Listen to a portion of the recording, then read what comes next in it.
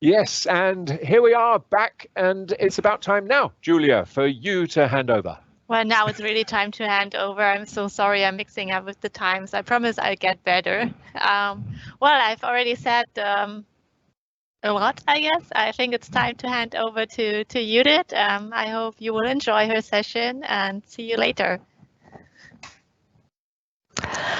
So welcome to our crew panel discussion. My name is Judith Seemer. I am product owner, NetLine Schedule Optimization, and I'm happy and honored to lead this discussion round. Besides my role at Lufthansa Systems, I'm an active member of the Agiforce study group.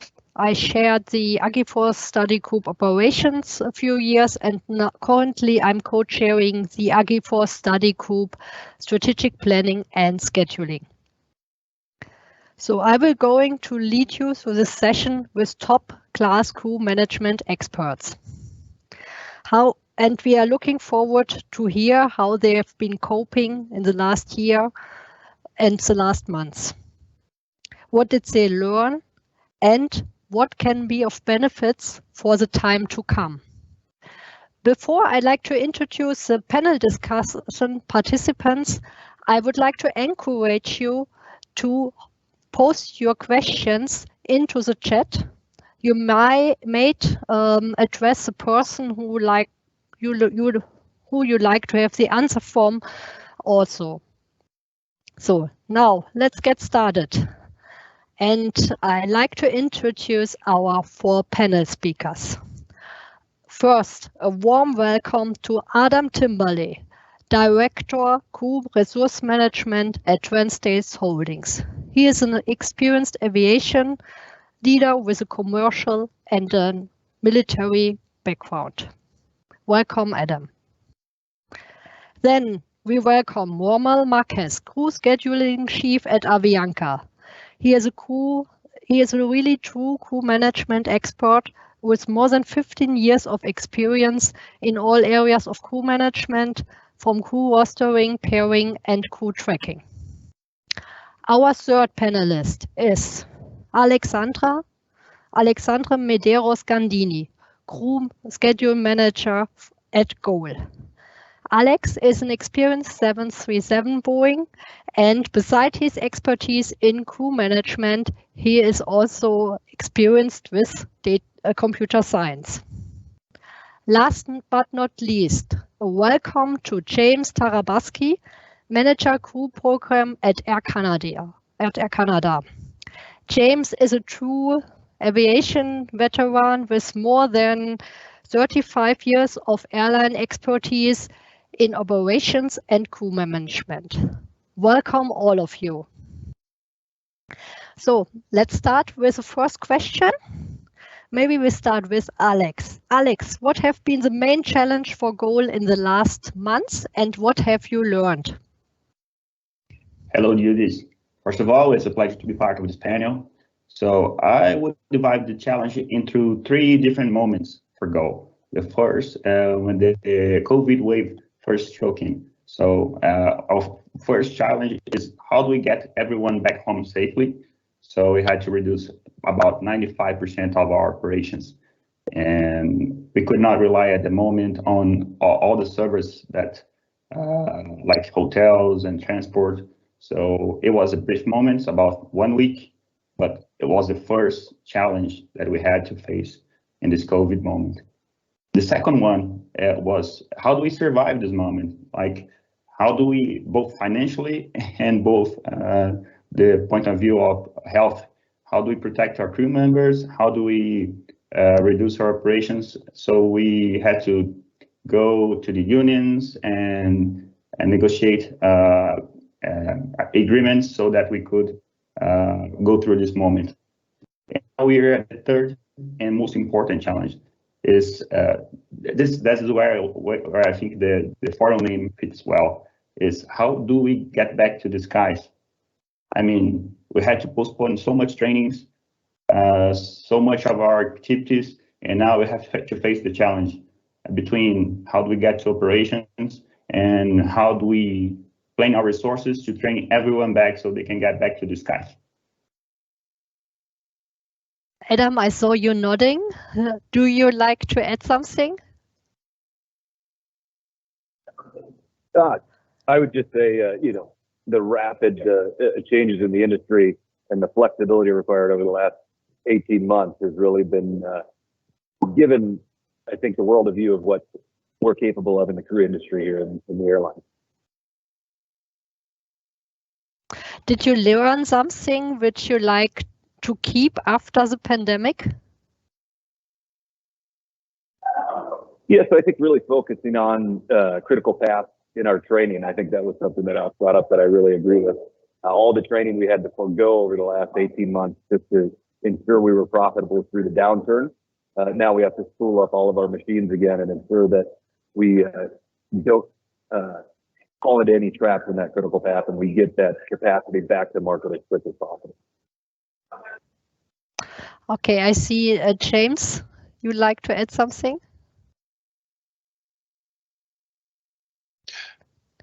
Yeah, good afternoon or good morning, everyone. As a global carrier, Air Canada had several challenges for our flight crews. Certainly entrance into various countries in the world and meeting those obligations, we had to use NetLine to help determine certain restrictions and carrier requirements to get into those countries. So, using NetLine, we were able to determine each crew member's eligibility, because if you visited the United States, you weren't allowed to go to Hong Kong, and there are various complexities there. So the challenges were, still even today are ongoing, but we're being collaborative. We're being meeting the challenge with NetLine and our teams and our flight crews. Okay, Roman. Yes, and one of the things that we have to learn for this time is that we need to be more flexibility because we have, since the schedules are given to us in a short period of time, we have a less roster time. So we have to be very flexible, and NetLine Crew is helping us with that. So we are dealing with that as well. Thank you. Okay, did you somehow also change your crew rules? Yes, actually we have changed some of the, not rule itself, but we have some, for example, we fly to Nicaragua. Nicaragua is requesting for all the crew members, even if they're not layover in there, they must have a COVID test, negative COVID test. So we have to take that new restriction into account and put it into the roster. So with the help of NetLine Crew, we have done it, and so far we are keep doing that, and that's the new normal. Oh. I see Alex like to add something. Yes, I would like to. Yes, for Go, we reduced our operations about 95%. So we were lacking flights to give everyone opportunities to keep qualified. I don't know if everyone knows, but every pilot must operate at least 3 sectors, being actively on the controls of the aircraft. So we could not achieve this. This was a major problem during this this pandemic period. So we have to change rules to optimize for this. What is the best way to distribute the flights so everyone keeps qualified? And this moment that we are right now, we wouldn't face a major problem lacking qualified pilots. Okay, James, can you tell us something to Air Canada? Right. Air Canada, of course, being a seniority-based airline with our flight crews, we had the same type of challenges that GOL did, especially with competency.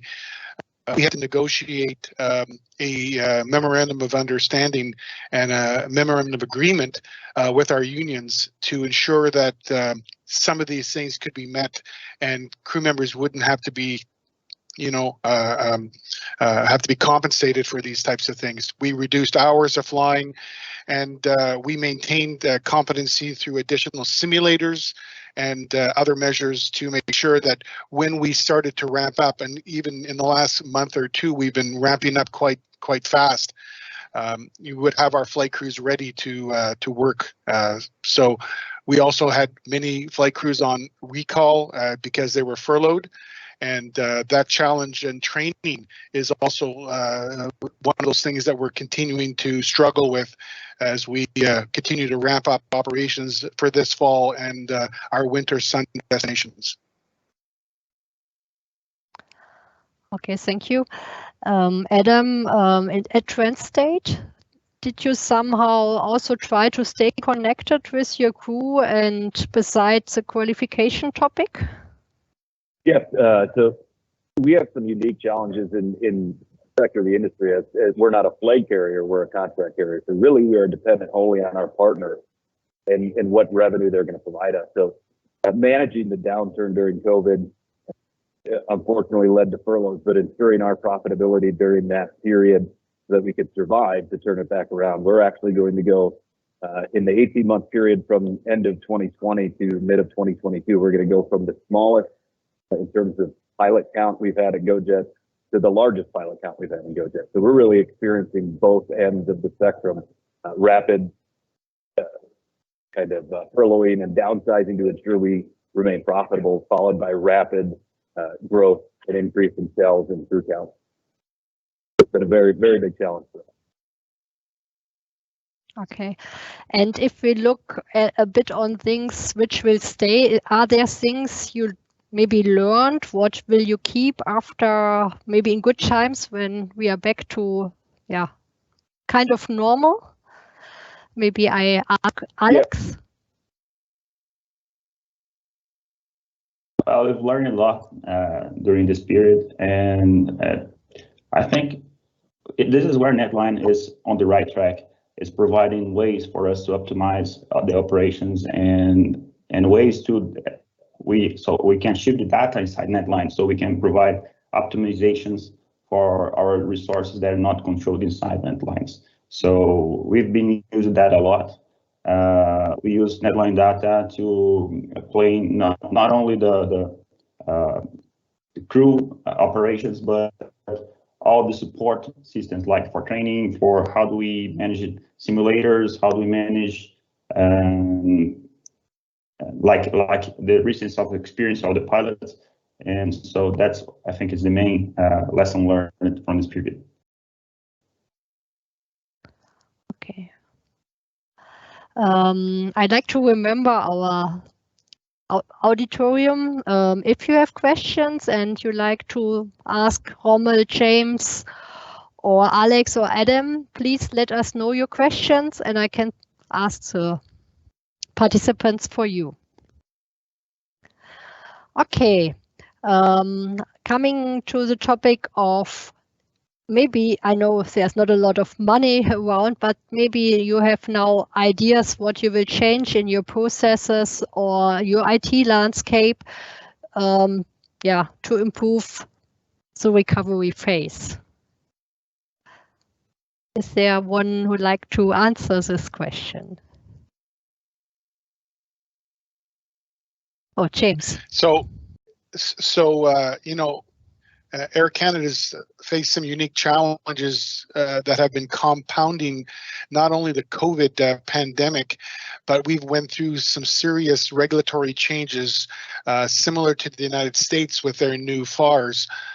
We had imposed by our Canadian regulator brand new Canadian air regulations. So this was another layer on top of our already stressed resources. And in order to help with some of the elements of those Canadian air regulations, we have asked LSY and NetLine to develop, of course, along with their interactive duty plan application for crew members. We're deploying that in the next month to crew members regarding the elements of notification and passive notifications, so crew members can be notified without having to be actually physically contacted for flight changes. And I'm sure a lot of you other airlines have got other similar types of elements, but we required not only regulatory elements, but contractual changes in order to make this happen. So Lufthansa has helped us achieve this target. Oh, thank you. Thank you so much. Rommel, how are you? Do you have similar plans? Actually, yes, we have been working throughout this period with Lufthansa. We're not going through big regulation changes, but however, we are improving our rules within NetLine Crew. We have one NetLine Crew instance for Avianca in Colombia. We have another instance NetLine Crew for Central America. So we're trying to keep both systems, and we're trying to put it the same as possible. So that's where we are working this period. So we are taking the best things from one instance to the other instance, and we are merging so we can have like a similar NetLine Crew instance. So yes, we have had time to make those changes, and it has helped us a lot. Thank you. Thank you. Okay, if we look on the planning period, since there had been much more changes of the schedule and probably also more on short notice, are you expect that will be stay, and are you going to cover that with your crew management processes? So maybe Alex. Okay, so of course, during the pandemic, all those changes forced us to review our process and to become more efficient on that. So before the pandemic period, you used to have like 28 to 25 days of planning before we publish our schedule. So after the pandemic, we start doing this process in 2 or 3 days. This forced us to search for better ways to optimize, better ways to automate process. So now we are optimizing a lot of process that we didn't do before. Simple process that would consume like 1 or 2 days. Now we can do it like 1 hour, 2 hours by using automations. What I mean by that, now we just get data and use optimizations to not only plan for the roster, but also for check illegalities and make sure all the rules are met before the publication. Okay, thank you. Adam, would you like to add something what you experienced at Transpaint? Actually, real quick, I just wanted to touch back on James brought up the change in regulations from the Transport Canada. One of the things that we partner with Lufthansa on is implementing some changes in the problem desk in terms of highlighting specific FAR regulations that we want the schedulers to be immediately paying attention to. It really helped to clean up the focus inside of our operations center and help the team ensure that they're focusing on the correct pilots and not wasting any time with those that don't need their direct attention. And then in terms of short notice changes, for us, it hasn't really met the point of process or automation changes. It's just the ability for Lufthansa to stand up and help us out as we've had to roll back some of our bids when major schedule changes have come through, either due to increased or decreased demand. Being able to work hand in hand with the team in Germany has been great.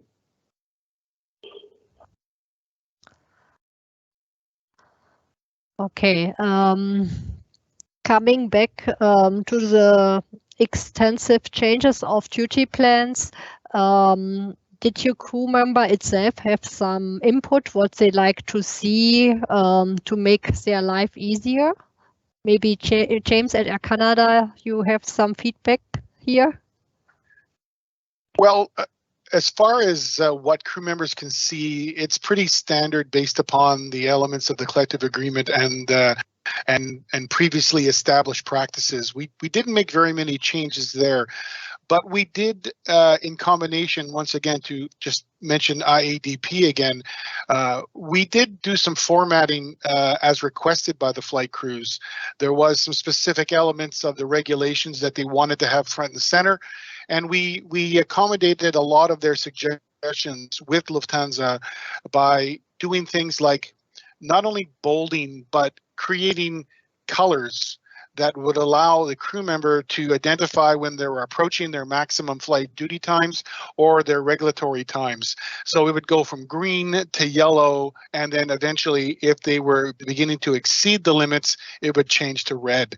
So this visual enhancement allows crew members to identify quickly if they might be in a situation that would require talking to crew scheduling. Okay, if we try to imagine your IT landscape, are there things, if you're open-minded, you would like to have and you don't have at the moment? I know it's maybe a difficult question, but therefore I wait to see who is raising its hand.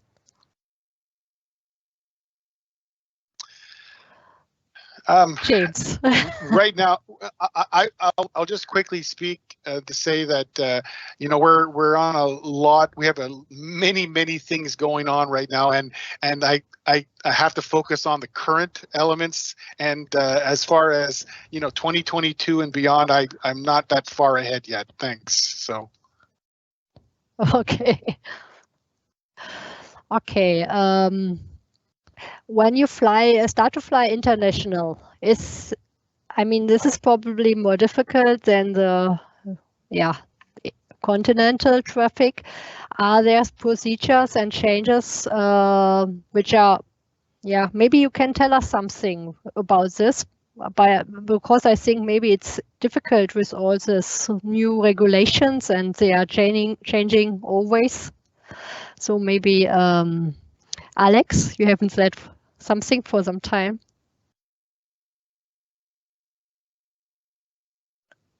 So for our international operations, we're still not flying, but we're planning to get back to it for the next month. Maybe flying back in South America and back to US roughly about the next year, the first quarter.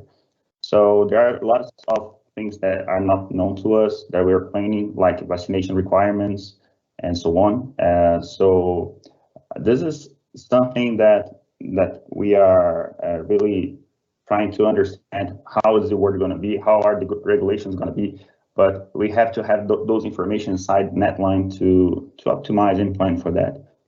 So I think NetLine is ready for that. We just have to put the process and the regulations on the rules so that we can be ready for that. Okay. We moved from planning now, we move to day of operation. During crew tracking, the integration with operations, have you been the specific need there, which currently under these conditions, you'd like to comment on that? So I hand this question to Adam. Yeah, so currently, as I talked about, I think really the focus for Ops Center is recovery and finding a way to productively and efficiently use the resources as we pull apart a puzzle and reassemble it. So that's kind of top of mind for our IT team this year in developing and formatting a way to identify through business rules which crews they should be selecting at any given time. Okay, Alex, how it has been at GOL? One of the challenges in tracking is that we still have not implemented an app so that we can communicate with the crew members. So as we have already spoken, this scenario is really dynamic. The flight times, the schedule changes all the time. And so this is something we're looking forward to implement an app. So IADP, we have not implemented yet. We are planning to do. This is something that's going to help in the tracking environment where you have to have fast communication with crew members, especially when flying international. It's going to be something that we're going to down to our operations. How do you manage the international changing regulations? Is it very stable in respect to quarantine and these kind of things? I'm sorry, I didn't understand. How do we handle the regulation change international? Yeah, the changes. I mean, the travel restrictions change still quite frequently. Do you have support for that? We do have support for that. We're tracking. There are so many changes for that. We decided not to fly international for some time, so we're planning to get back on that. So this has not been a major problem right now, but it will as soon as starting, maybe next month or by the end of the year. Okay, so Rommel, maybe you can tell us something how you manage the day of operations in these difficult times. Yeah, sure. Actually, I'm not in charge of the ops day to day. However, since I'm in charge of the rostering for members, since we are having, like I said before, less time for rostering, we are with more communication with the tracking department. So basically, and at a time where when we are almost publishing the roster, we are basically working together so we can have a stable roster for them. So that's why we are working that way, so we can have more stable roster for them, so they don't have much of a change in the day-to-day operation. And I don't know if you know it, but to manage COVID tests and vaccinations, Rommel, can you tell us something how you do that, or is it easy, or do you need additional support? Actually, what we are doing, for example, I'm charged for the Central American crew member rostering, and one country in specific, Nicaragua, is requesting COVID tests for all crew members, even if they're not layover in there. So a decision we made last year is to roster one specific date for a test. So the crew members must have a day for testing, and today after they can go and fly to Nicaragua. So basically that specific rostering thing, it has put us in a position to require more crew. So we can block one day for that COVID tests, since we have 3 daily flights to Nicaragua. So we're working with that, and the Nicaragua are still requiring that, and we're not seeing that this requirement will leave it in the next future. So that's how we're dealing. Thank you. And James, I think you'd like to add something to this. Thanks very much. As a global carrier, Air Canada has multiple brands, not just the main line, but we also operate our leisure carrier Rouge, and now soon we'll be coming online with our new cargo carrier. And flying internationally, we have many entry requirements. I mentioned this earlier, and each country has, like Hong Kong specifically, has specific requirements to have a test prior to with 72 hours. What we really need from Lufthansa and the network community is to come up with a clear method of storing information and being able to communicate this to regulators. Obviously, there's not a global standard yet, and maybe this is where the global community can pitch in to strategize, and Lufthansa can enhance the product to take the vaccination records and the requirements of each country and combine it into one program that the airlines that travel internationally, like Air Canada and GOL and Avianca and Transstates, between Canada and the United States, each country will have their own. But maybe there's a global standard that somehow we can come together and store this information and move forward. Thank you for this suggestion. And Adam likes to add something here, I think. Yeah, I just wanted to mention, I think that's a great path and topic that James brought up to go down in terms of tracking some of this information to ensure that we're complying. Obviously, from the American standpoint, our biggest concern would be privacy. So ensuring that however that program works in the background protects the privacy of the crew members. Okay, I was wondering, since this vaccination topic is quite maybe a sensitive topic in respect to personal data, is there any restriction, or do you think that will be easy? Maybe I give this question to James again. Well, obviously individual rights and religion and things like that play into it, and our international or our government basically has said that if you're going to be on an airplane, you will need to be vaccinated. So you know, taking the lead from the government, you know, each airline and country will have their own regulations or obligations to fulfill, but for Air Canada, we need to fulfill these obligations going forward, and we require some assistance in order to do it. Interesting. Rommel? Oh, sorry, I missed Alex. Yeah. Alex is class. Sorry, yeah. Sorry, now mix. Yes. Rommel, you would first. No, please, Alex, come on. I would just to add that here in Brazil is the same. If you're a crew member and you want to be inside an airplane, you must be fully vaccinated. So by now, about 85% of our crew members are fully vaccinated. But we're planning to have all of them fully vaccinated up to the end of the year. And this is still a big issue. There is those kind of problems like religion decisions and personal decisions to take the shot or not.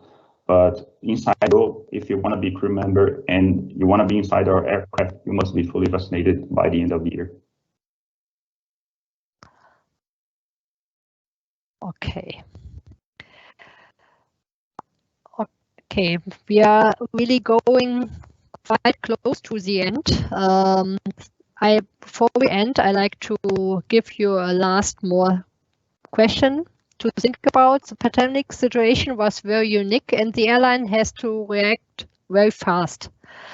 I assume you all were very busy handling what came in.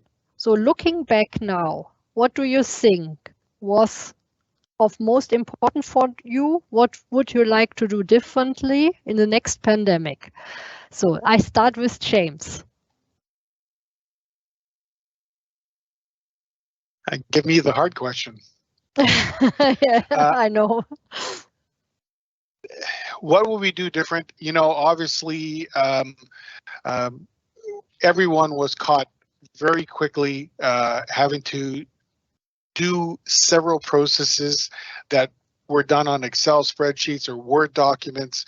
You know, an ability to have some flexibility to use other programs and to adapt more quickly would be a goal. Now, what that would entail, I would probably think is communication to crew members would be one of the top priorities, because when we began to scale down and remove operations and remove flights, you know, it was often having to communicate to crew members, you know, cancellations, disruptions, you know, reassignments and those types of things. So building on that, my first, you know, idea would be to better communicate with flight crews.